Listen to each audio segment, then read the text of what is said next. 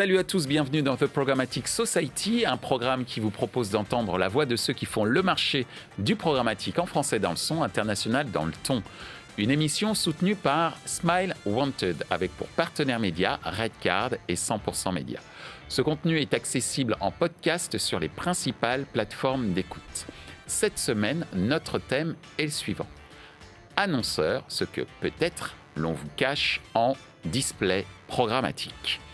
Si la relation entre un annonceur et des acteurs du programmatique côté vente et côté achat est généralement transparente et basée sur la confiance mutuelle, il est possible que, volontairement ou non, certaines informations soient passées sous silence. En effet, qui dit technologie dit faille potentielle et le display programmatique n'y échappe pas. Problème de visibilité ou conversion mal attribuée, les erreurs peuvent être nombreuses. Afin d'échanger sur le sujet et de permettre aux annonceurs de reprendre le contrôle de leurs investissements médias digitaux, nous demanderons à nos invités quels sont les pièges ou les non-dits propres aux investissements publicitaires programmatiques, quelles sont les solutions concrètes face aux problèmes rencontrés dans le cadre des investissements publicitaires programmatiques, par où commencer pour améliorer l'efficacité des investissements médias programmatiques. Pour en discuter, Clément Bascoulergue de Integral Ad Science, Sylvain Leborgne de 55, Léo Golfeder, consultant programmatique. Bienvenue dans The Programmatic Society. Aujourd'hui, nous avons 3 spécialistes pour parler des non-dits du programmatique. Bonjour Léo. Bonjour Michel. Bonjour Clément. Bonjour Michel. Bonjour Sylvain. Bonjour Michel. On va s'adresser essentiellement aux annonceurs pour les aider à comprendre comment fonctionne le programmatique, même s'il y a une certaine maturité de leur part, mais il y a quand même un certain nombre de non-dits, comme je le disais tout à l'heure, un petit manque de transparence, mais aussi quelques pièges. Et justement, première question, quels sont les pièges ou les non-dits propres aux investissements publicitaires programmatiques de ton point de vue, Léo ? Pour moi, le plus grand piège, c'est le cookie dropping. C'est le fait de gonfler les résultats de rentabilité de l'investissement média. On attribue en fait des conversions à des impressions qui n'ont jamais été affichées à un écran. C'est une aberration totale. Et ça, on utilise un terme connu pour l'appeler, c'est le post-vue. Le post-vue, c'est un terme mensonger. En réalité, on devrait dire post-impression, puisque 40% des impressions, elles, sont jamais affichées à un écran. On dit qu'elles sont non visibles. Et 60% du coup, elles sont bien visibles.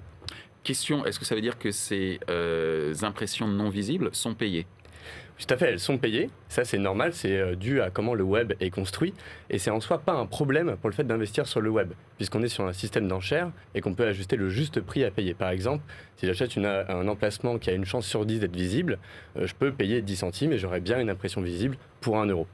Merci Léo. De ton point de vue, Clément, sauf si Léo, tu voulais rajouter quelque chose, excuse-moi. Je veux bien rajouter. On a d'autres pièges. Ça va pardon être Clément et pardon Léo. Vas-y, je t'en prie. L'autre piège qui est très connu, c'est l'attribution sur un modèle de last event. Ça favorise bien les GAFA, puisque quels sont les sites que l'on voit tous les jours ? C'est le site de moteur de recherche de Google et les réseaux sociaux. C'est la raison pour laquelle on a 2/3 selon le SRI, des investissements digitaux en France qui vont sur le search et le social. En fait, on ne considère pas assez tout ce qui va être en amont dans la réflexion d'un internaute avant qu'il fasse sa recherche sur le moteur de recherche de Google, par exemple. Et c'est là où intervient justement en bonne partie le display programmatique. Enfin, on en parlera un peu plus tard, il y a aussi la rémunération qui peut être piégeuse à travers les différents acteurs. Et on a le fait que la majorité des clics qui apparaissent dans les rapports de campagne sont selon moi des clics involontaires ou frauduleux. C'est quand même assez inquiétant ce que tu évoques. Mais justement, puisque tu parles de choses qui sont comptées et qui ne devraient pas, on a justement un outil d'ad verification par ton intermédiaire Clément via IAS. Par rapport à ce que vient de dire Léo, quels sont, de ton point de vue, les pièges, les non-dits propres aux investissements publicitaires programmatiques ? On a parlé du cookie dropping, on a parlé des clics qui étaient peut-être pas des clics, on va dire publicitairement parlant, intéressants. Quel est ton avis ? Merci Michel. Déjà, j'aime bien ce thème qui est assez dans l'air du temps, un peu complotiste. Les non-dits, les pièges. On n'est pas sur le Covid, mais on est sur la partie programmatique. C'est assez sympa. On ne cherche pas à être complotiste, mais transparent. Non, mais bien sûr, je rigole. Du coup, de mon point de vue, Sur la partie des non-dits, clairement, c'est la transparence. Effectivement, on n'a pas aujourd'hui, ou très peu, d'annonceurs qui savent combien ils mettent au départ et combien arrive à la fin sur le site du publisher. Donc avoir cette transparence de quels sont les frais prélevés par les uns et les autres. Ça ne veut pas dire qu'il ne doit pas y avoir de frais, hein. Chacun a sa valeur et ses besoins, mais avoir vraiment cette vision de je mets 100 au départ pour un annonceur, combien arrive à la fin sur le site du publisher. Donc la transparence, ça c'est le premier point dans les non-dits et c'est un vrai challenge pour les marques. Sur la partie des pièges, pour moi c'est plutôt le fait qu'avec l'achat programmatique, on est sur un achat extrêmement sophistiqué, mais qui est encore aujourd'hui combiné avec des modes d'achat un peu archaïques. Je pense surtout aux listes, les whitelists, les blacklists, les listes de mots-clés. Tout ça, c'est des systèmes qui sont en fait très archaïques. Le principal point archaïque, c'est vraiment les mots-clés. Aujourd'hui, les mots-clés, ça avait du sens il y a quelques années, mais ça a quand même beaucoup de limites. Quand on met le mot coup, un annonceur il va mettre le mot coup pour éviter un coup de feu. Ça paraît être du bon sens, ok. Sauf que nous, on s'aperçoit que dans 75% des cas, en fait, le mot coup, il est associé à des choses qui sont absolument pas problématiques. Ça peut être un coup de foudre, ça nous arrive à tous. Boire un coup, ça arrive aussi à tous. Voilà, donc aujourd'hui, on voit qu'un simple mot comme ça, comme un coup, qui est mis pour essayer d'éviter un contenu problématique, va être finalement associé dans de nombreux cas à des choses pas problématiques. Donc on voit que ce système de mots-clés, donc déjà il y a des faux positifs, ce que je viens d'évoquer, et il y a aussi le fait qu'on est sur des listes de mots-clés à rallonge. C'est un travail qui est extrêmement chronophage. On a parfois des listes qui ne sont pas updatées, donc on a des villes dans lesquelles il y a eu des attentats, Manchester, Las Vegas, sauf que c'était il y a quelques années. Aujourd'hui, sauf si une marque a un problème avec le tourisme à Manchester, ce qui peut se comprendre, hein, mais en soi, Manchester, il n'y a pas de souci. Donc on est vraiment sur un achat sophistiqué programmatique avec une combinaison de pratiques qui sont trop anciennes et trop archaïques et trop binaires. Donc, dans les pièges, ça va être toutes ces méthodes un peu anciennes sur lesquelles aujourd'hui on peut vraiment apporter des solutions plus modernes. J'y viendrai plus tard. Merci Clément. De ton point de vue, Sylvain, on a évoqué donc un certain nombre de pièges, de non-dits ou entre guillemets tu parlais de complotisme tout à l'heure, en tout cas de fake news, correspondant justement qu'on peut trouver truffés dans les reports publicitaires. De ton point de vue, Sylvain, quels sont les pièges et les non-dits propres aux investissements publicitaires de ce que tu peux observer dans ton activité ? Pour moi, c'est la grande difficulté pour les annonceurs pour savoir quelle part de leur budget média va réellement être utilisée pour acheter du média et au final rémunérer les publishers. Aujourd'hui, il y a toute une chaîne de valeur avec plus ou moins d'acteurs, parfois très nombreux. Quand on travaille avec nos clients annonceurs, on se rend compte que très facilement, ils achètent auprès de 20-25 places de marché différentes et tout ça sans le savoir. Pour qu'au bout du compte, acheter les mêmes inventaires et parfois auprès de revendeurs qui eux-mêmes acquièrent cet espace auprès de revendeurs. Donc il y a une complexité dans la chaîne d'achat qui rend extrêmement difficile le suivi des budgets et de s'assurer que ce budget va être réellement dépensé pour sa plus grande part pour rémunérer les publishers. Justement, alors on a évoqué un certain nombre de pièges, de non-dits propres. Est-ce que tu en as d'autres peut-être à évoquer ou tu as pu évoquer tout ce que tu constaté sur le marché? Juste pour poursuivre un tout petit peu sur ce point-là, il y a aujourd'hui une méconnaissance de part et d'autre de la chaîne, aux deux extrémités. Aujourd'hui, les annonceurs ont du mal à savoir auprès de quel publisher ils achètent en programmatique, mais de l'autre côté, c'est également vrai, les publishers n'arrivent pas à savoir de manière précise quels sont les annonceurs qui achètent et pour quel volume sur leur site. Donc il y a un vrai besoin de s'assurer que les campagnes et les informations des campagnes puissent bien traverser toute la chaîne pour informer de part et d'autre qui achète quoi et auprès de qui. Alors justement, maintenant qu'on a fait le point sur les pièges, les non-dits et cette volonté de transparence et de clarté du marché programmatique, parce que de ça dépend la crédibilité du marché et l'envie pour les annonceurs de continuer à investir sur le marché. Ok, c'est 80% des investissements publicitaires digitaux, mais il y a encore des efforts à faire. Et surtout, il faut faire une sorte de révolution, c'est-à-dire une sorte de new generation of the measurement, j'allais dire, mais c'est un peu ça. Justement, quelles seraient les solutions concrètes face à ces différents problèmes identifiés, rencontrés dans le cadre des investissements publicitaires programmatiques, de ton point de vue, Léo? Pour moi, la première des choses, c'est de se former. C'est d'accéder à la connaissance pour avoir un esprit critique. On en parlera un peu plus dans le détail plus tard. La deuxième solution sur le point du cookie dropping, donc de l'attribution, c'est exiger un taux de visibilité, un taux de bannière déclarée visible de 60% minimum sur ces campagnes. 60% de visibilité voilà, minimum. 60% minimum. Et de réduire sa fenêtre d'attribution post-impression à 1 jour maximum ou moins si la technologie d'attribution le permet. Sur l'attribution au last event dont je parlais également, là c'est intéressant d'avoir des modèles plus réfléchis que uniquement rémunérer les sites que l'on consulte tous les jours et utiliser des solutions comme Easyiance ou Alarian. Ça peut permettre de mesurer plus efficacement quelle impression a réellement aidé un internaute à se tourner vers une marque. Merci Léo. De ton point de vue, Clément, de ton observation, donc Léo nous donne des solutions, il cite même, et merci pour elle, un certain nombre de technologies. Tu représentes une de ces technologies qui œuvre justement pour ces fameuses solutions concrètes face aux problèmes de transparence. Qu'est-ce que tu pourrais ajouter à ce que vient de nous dire Léo, notamment en termes de minimum de visibilité? C'est quand même ton métier, j'allais dire, mais tu ne fais pas que ça. La formation, entre autres, etc. Donc nous, par rapport aux enjeux que j'évoquais tout à l'heure sur la transparence, on a racheté une techno qui s'appelle Amino il y a 2 ans et on propose aujourd'hui un produit qui fait cette transparence en programmatique. Donc on va vraiment pouvoir décortiquer la chaîne, identifier les frais prélevés par les différents intervenants, donc les frais des DSP, des SSP, des providers de data, des providers de data vérification comme IAS, et avoir vraiment cette décomposition de la chaîne. Donc ça, c'est clé pour les annonceurs. Et cette transparence, elle va aussi permettre, et ça rejoint ce que disait Sylvain, de voir quand on achète un site, si j'achète par exemple l'équipe, désolé, j'adore le foot. Si j'achète l'équipe, de le voir si je l'achète via un deal en direct, via de l'open, via une place de marché. Donc voir en fait qu'on va avoir le même inventaire via pas mal de chemins différents. Donc là, on rentre dans cette problématique de supply path optimization. Et avec cette transparence, on va pouvoir se dire, l'équipe, quand je l'achète via ce chemin-là, j'ai moins de frais qui sont prélevés, j'ai une meilleure qualité d'inventaire, plus de visibilité, moins de fraude, etc. Donc c'est vraiment avoir cette cartographie de qui j'achète comment, et quel est le chemin qui va être le plus transparent et meilleur en termes de qualité. Donc vraiment avoir cette vision extrêmement transparente de la qualité et des chemins d'accès aux inventaires. Donc ça, c'est la réponse au non-dit de la transparence, donc avec notre solution Amino qu'on a racheté.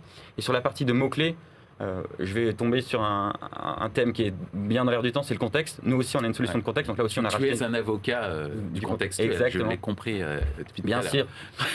donc là, on a aussi racheté une techno, on rachète beaucoup de choses. Donc on n'a pas encore racheté Programmatic Society, mais ça viendra peut-être. Je rigole. Donc on a racheté une techno qui s'appelle Admantix, et là, on fait du contextuel. Et donc l'idée, c'est, au lieu de juste prendre le mot-clé, et essayer de se dire le mot-coup, comme j'évoquais, ou le mot gros, si je file la métaphore du foot, gros, et parfois éviter les marques, elles veulent éviter les thèmes sur l'obésité, ça va bloquer gros match de Cristiano Ronaldo. Donc encore une fois, dommage. Et ça lui arrive souvent en plus. Voilà. Donc du coup, et ça c'est remplacé par du contexte. C'est scanner la page et en natural language processing et comprendre exactement de quoi ça parle, comme un humain en fait. Et donc se dire, là ça parle de foot.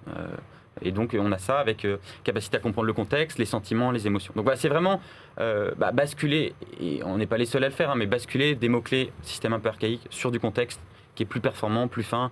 C'est aussi plus juste pour les publishers. Donc encore une fois, nous on est là aussi pour être le plus fair possible sur toute la chaîne de valeur. Ouais, bien sûr.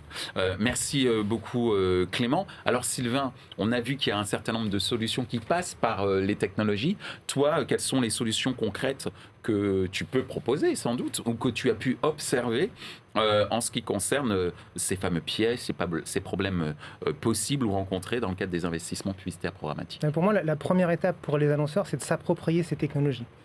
Dans le sens mettre en place une relation directe avec les fournisseurs d'adtech pour avoir un accès complet aux données qu'ils peuvent fournir, mais aussi se l'approprier dans le sens de se former et de bien comprendre les KPI qui remontent, les différents types de données et les différentes limites qu'elles peuvent avoir. Ça permet de mettre en place les bonnes analyses en utilisant par exemple le contexte, en essayant de voir comment le contexte va générer de la performance et réussir à identifier ce qui va fonctionner pour soi en tant que marque. Et ensuite, identifier quels sont les publishers qui vont fournir ce contexte favorable et commencer à mettre en place des relations directes avec eux en créant pour une marque sa propre marketplace. Aujourd'hui, les marques dans la chaîne de valeur programmatique sont trop à l'extrémité, trop au démarrage et ne s'impliquent pas assez au milieu de la chaîne auprès des SSP par exemple pour créer leur propre place de marché exclusive au sein desquelles elles pourraient bénéficier d'achats médias faits sur des contrats négociés par eux-mêmes. En direct avec les éditeurs ? En direct avec les éditeurs. Ça leur permettrait d'avoir une relation directe avec eux pour avoir accès à du média plus premium, mais aussi à de la data first party, qui va devenir une denrée de plus en plus rare avec la fin annoncée du cookie tiers. Merci Sylvain, parce qu'en fait tu me permets de faire une transition sur des éléments concrets pour cette troisième question qui est par où commencer concrètement pour améliorer l'efficacité des investissements médias programmatiques. Tu as commencé à donner une réponse, qui est de dire il faut que les annonceurs s'impliquent beaucoup plus dans le process programmatique et s'impliquent certainement beaucoup plus auprès des éditeurs. C'est ce que j'ai cru comprendre. Toi, qu'est-ce que tu en penses par rapport à effectivement ce qu'a évoqué Sylvain à la fin de la question précédente, mais surtout sur ce premier pas nécessaire pour améliorer l'efficacité des investissements médias programmatiques. Quel est ton avis, Léo ? Oui, ce qu'a dit Sylvain également, c'est de posséder les technos pour posséder les données, c'est-à-dire les données de campagne principalement. Et enfin, se former pour savoir les lire. Et il faudra se former, j'ai l'impression, excuse-moi de t'interrompre, mais qu'il faudra se former tout au long de nos processus de carrière, en tous les cas, sur ce marché-là. Oui, tout à fait. Par exemple, la communication, aujourd'hui, on ne peut plus la maîtriser dans l'univers digital si on ne comprend pas le système d'enchères, puisque le search, le social et le display programmatique, c'est des canaux de communication basés sur les systèmes d'enchères en majorité. Donc c'est hyper important de connaître ça pour être un bon communicant d'aujourd'hui et de demain. Et là, dans le cadre de tout ce qui est de posséder les données, les analyser, c'est important en fait de lire quel est le réel coût média qu'on paye au publisher, quel est le coût qu'on paye pour le third party data provider, quel est le coût qu'on paye pour le service comme Integral Ad Science ou AdLooks de Ad Verification, quel est le prix qu'on paye à la personne qui va opérer les campagnes, c'est-à-dire le training desk, quelle est sa marge. Souvent, les marges de training desk, on ne communique pas dessus. Toi, tu peux ? Ouais, moi je peux, je suis un indépendant. Et puis, on est là pour être transparent. Donc et puis en tant que training desk dans le passé, je me suis occupé d'un petit training desk pendant 4 ans. On parle des marges, c'est important. Si on veut que nos clients d'aujourd'hui sont nos clients dans 5 ans, un chiffre, allez. Et la fourchette de marge de training desk est entre 10 et 30%, selon souvent la qualité de service du training desk. D'accord. Donc regardez les différents coûts, c'est important. Contrôler le cadre de diffusion. Je parlais de clics qui sont involontaires. Évidemment, c'est pas sur tous les sites. Il y a plein de sites. On peut penser à ceux qui ont été labellisés Digital Ad Trust, qui ont fait l'effort de faire des formats publicitaires de meilleure qualité sur leur inventaire. Mais regardez, quand vous êtes annonceur, quels sont tous les sites sur lesquels vous mettez des publicités. Sinon, si vous possédez pas les données, on peut en fait retirer certains sites dans le rapport, des choses comme ça. Donc d'où l'intérêt de posséder les données. C'est bien, c'est très documenté. Très documenté. Il reste 100 pages. Maîtriser sa fenêtre d'attribution, ça c'est également un quick win important. On peut regarder avec les outils ad server qui font l'attribution des campagnes, donc qui disent est-ce qu'elle est bonne ou pas bonne, le détail des conversions attribuées selon la fenêtre. Et on peut se rendre compte parfois de l'effet du cookie dropping dans les stats. Ça, c'est des données qui sont possédées et c'est très simple de faire des rapports comme ça auprès des annonceurs. Mais il va y avoir assez peu, au final, d'agences ou de training desk qui vont présenter ces données-là à leurs clients. C'est pas forcément de leur faute, c'est aussi une question de temps et de maturité de la connaissance de l'annonceur. Donc, en lien avec la formation et son impact. Merci beaucoup Léo. Je plaisantais sur le fait que tu avais des notes et que tu étais précis, mais c'est extrêmement important, notamment ces données que tu nous donnes, parce que c'est pas forcément ce à quoi réfléchissent les annonceurs.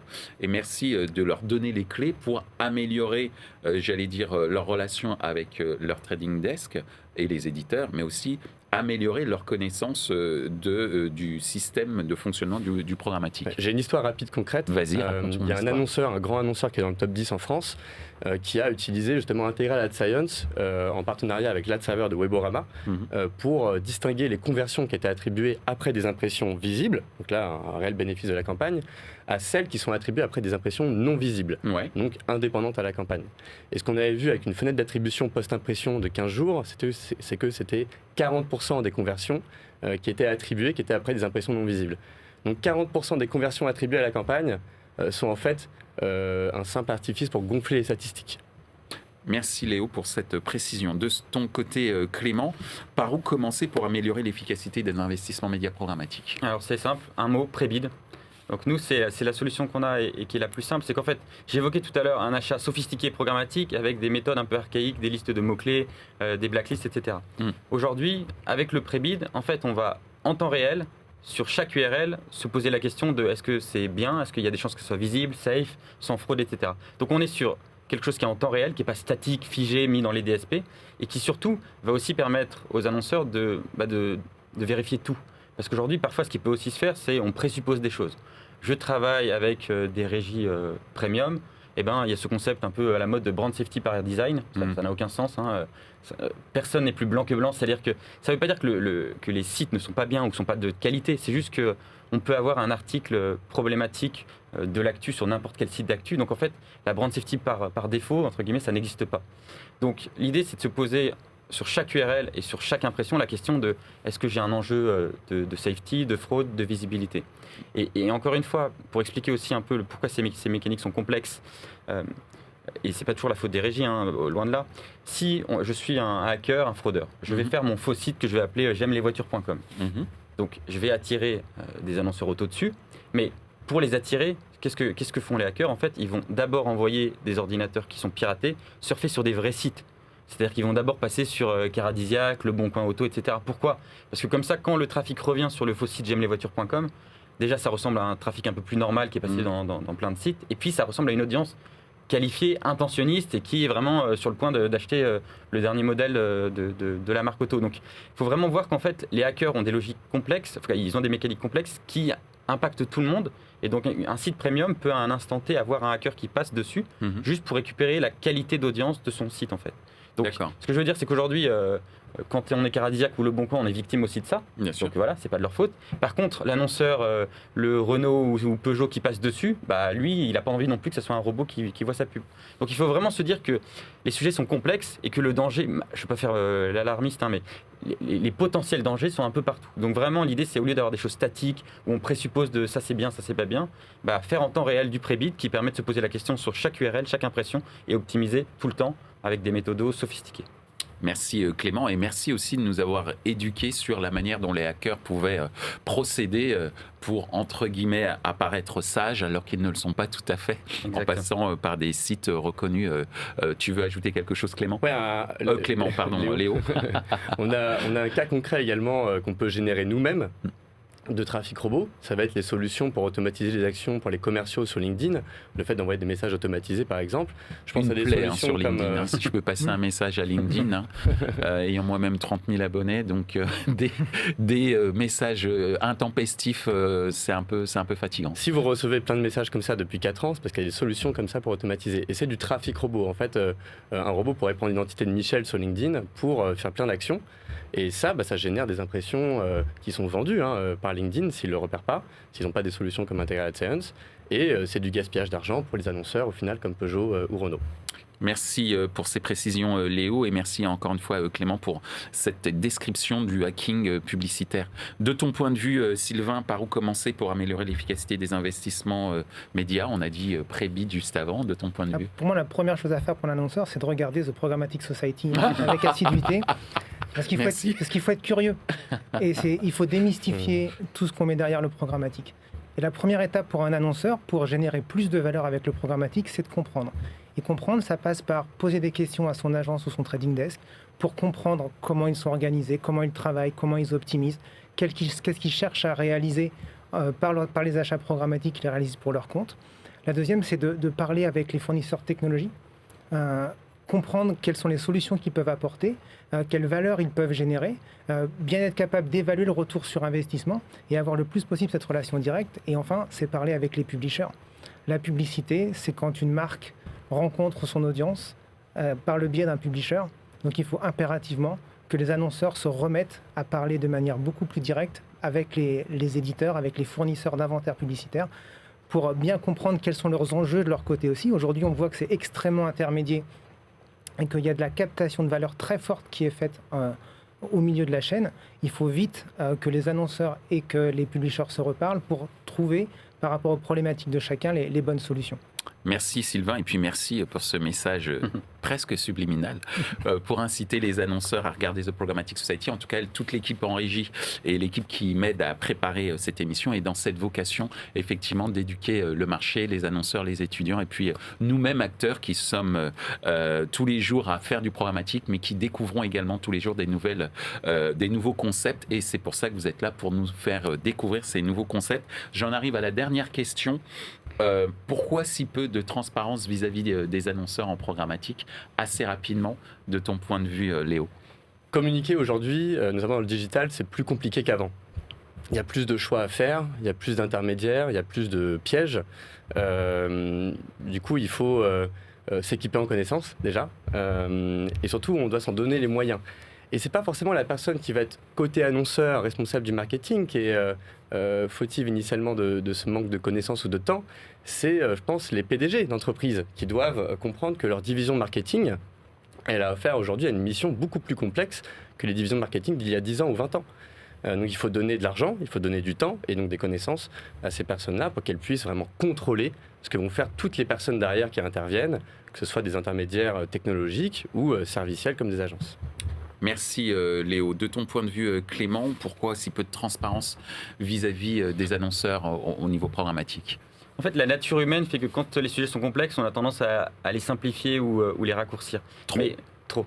Mais en fait, et ça je rejoins ce qu'ont dit mes camarades, quand on s'intéresse à ce sujet-là, qu'on prend du temps, le complexe finalement, il n'est pas si complexe. On n'est pas des ingénieurs de la NASA non plus. Donc voilà. Et donc finalement, on se pose, on discute avec les gens, les technos, les publishers, et on comprend les choses. Et finalement, on peut arriver à avancer. Donc c'est du temps, de l'investissement, essayer de comprendre. Et puis après, il y a aussi une notion de courage et d'engagement des annonceurs. C'est-à-dire que j'évoquais tout à l'heure la transparence. Donc nous, on travaille avec une grosse marque française auto, on est aussi là-dessus avec nos amis de 55, qui vraiment a voulu s'investir sur le sujet de la transparence sur la chaîne programmatique. Combien je mets au départ, combien arrive à la fin. Et après, tout le monde n'est pas transparent. C'est-à-dire qu'il y a des petites inconnus qui arrivent. Donc il va y avoir un DSP qui va donner ses frais, mais pas forcément tous. Des SSP qui vont les donner, pas forcément tous. Donc après, il faut que les annonceurs aient aussi l'engagement et le courage et la volonté de demander ça à leurs partenaires, de l'exiger, parce que finalement, c'est eux qui ont l'argent et c'est eux qui peuvent obtenir des choses. Nous, autour de la table, on n'arrivera jamais à obtenir qu'un SSP qui n'est pas transparent le devienne. Et donc, c'est vraiment aussi cette envie de s'intéresser au sujet de la part des annonceurs, de comprendre, et puis après, de réclamer des choses pour les faire bouger. Parce qu'aujourd'hui, il n'y a que comme ça que finalement les non-dits vont éclater, que la transparence va arriver. Donc il y a aussi une responsabilité importante de la part des annonceurs à réclamer ça et à s'engager pour l'obtenir. Merci Clément. Sylvain, c'est toi qui vas ponctuer les premières questions, puisqu'on va avoir une petite question surprise après. Mais pour toi, pourquoi si peu de transparence vis-à-vis des annonceurs en programmatique? Je rejoins Clément, la première chose, c'est que les questions ne sont pas posées. D'accord. À partir du moment où les annonceurs posent les bonnes questions, il y a une plus forte chance qu'ils obtiennent les bonnes réponses et qu'au moins leurs partenaires, trading desk ou agences, commencent à aller creuser les sujets. Parce que de la même manière, les trading desk et les agences ne peuvent pas fournir des réponses si elles n'ont pas les questions et n'ont pas forcément creusé ce point-là. Il y a toute une partie qu'elles ignorent sur la chaîne, qu'elles ne regardent pas parce que ce n'est pas leur métier au quotidien. Pour faire tourner ma campagne, je reviens sur mon exemple de tout à l'heure, je suis un trader, je veux faire tourner ma campagne, qu'elle tourne sur 5 places de marché optimisées ou 25, du moment que j'atteins mon objectif de performance, ça ne me change pas mon quotidien. Par contre, si mon annonceur me dit « moi, j'aimerais optimiser mes achats, j'aimerais être sûr que je puisse avoir le budget média efficace le plus fort possible, je veux être sûr que je rémunère correctement les publishers pour avoir un bon niveau de priorité et être sûr d'avoir de l'inventaire plus premium », ça change la mécanique, ça change la dynamique. Donc c'est une question de poser les bonnes questions pour que chaque acteur de la chaîne puisse avoir les réponses ou commencer de manière plus systématique, comme le disait Clément, à partager les informations pour apporter plus de transparence à la chaîne globale. Merci Sylvain. Alors comme je l'ai un petit peu dit en teaser, on en arrive à notre question surprise avec notre partenaire 100% Média. Donc la question 100% Média.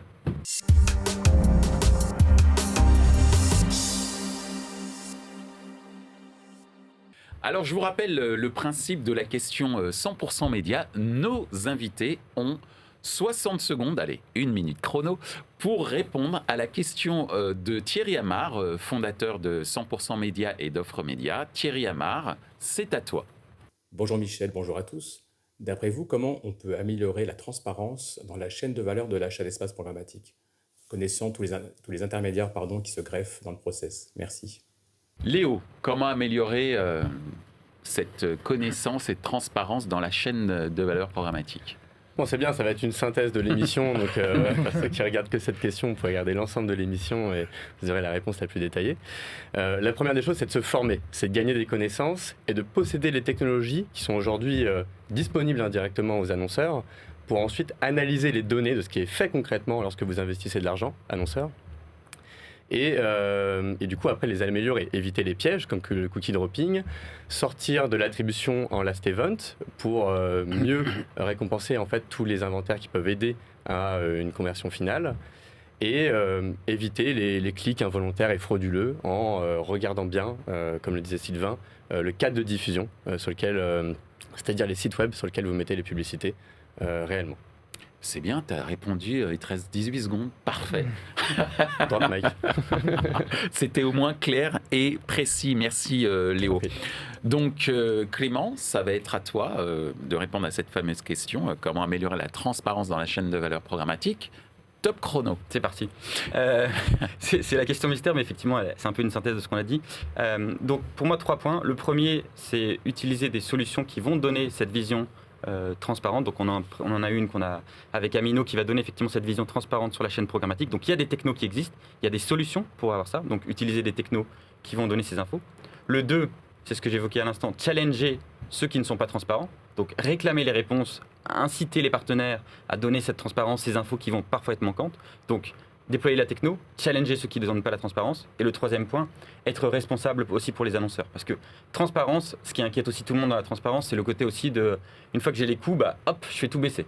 Et finalement, il faut aussi qu'il y ait une responsabilité des annonceurs d'accepter que chacun a sa valeur. Il faut tous qu'on ait quand même des revenus. On peut questionner la valeur. Est-ce que cette valeur m'apporte suffisamment de bénéfices ? Ça, c'est tout à fait une question saine. Par contre, il faut vraiment accepter que la transparence n'exclut pas le fait qu'il y ait de la valeur aussi aux différents maillons de la chaîne. Parfait. Pile avant le gong, là. Exactement. Parfait. Sylvain, c'est à toi. Top chrono. Pour moi, c'est vraiment que les annonceurs se mettent en relation avec les publishers. En comprenant ce qu'il y a à chaque bout de la chaîne, chacun des 2 interlocuteurs va pouvoir organiser la chaîne de diffusion programmatique entre les 2. On a mis beaucoup de choses derrière le mot programmatique, mais à la base, c'est un mode de diffusion, un mode d'achat des campagnes qui est censé être automatisé. Ça devrait être facile, ça devrait être simple et transparent par défaut.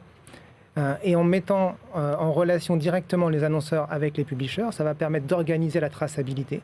À partir du moment où on sait combien on investit et combien finit auprès du publisher à la fin, ça va permettre d'identifier sur le chemin d'accès les différents maillons de la chaîne qui fournissent de la valeur.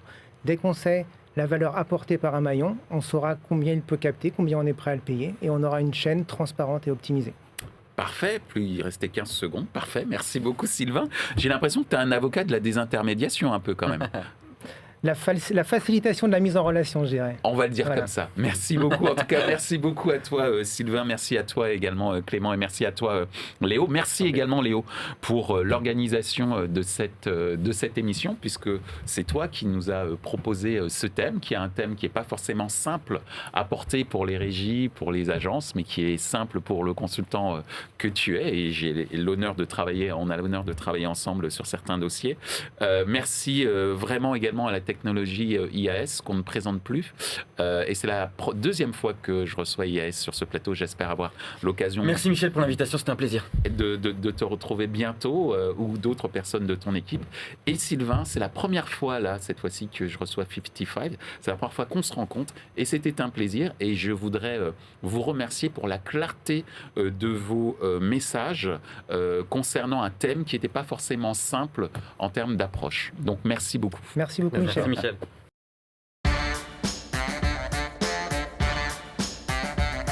Ainsi s'achève ce débat autour de la transparence envers les annonceurs dans le display programmatique. Ce contenu est accessible en podcast sur les principales plateformes d'écoute.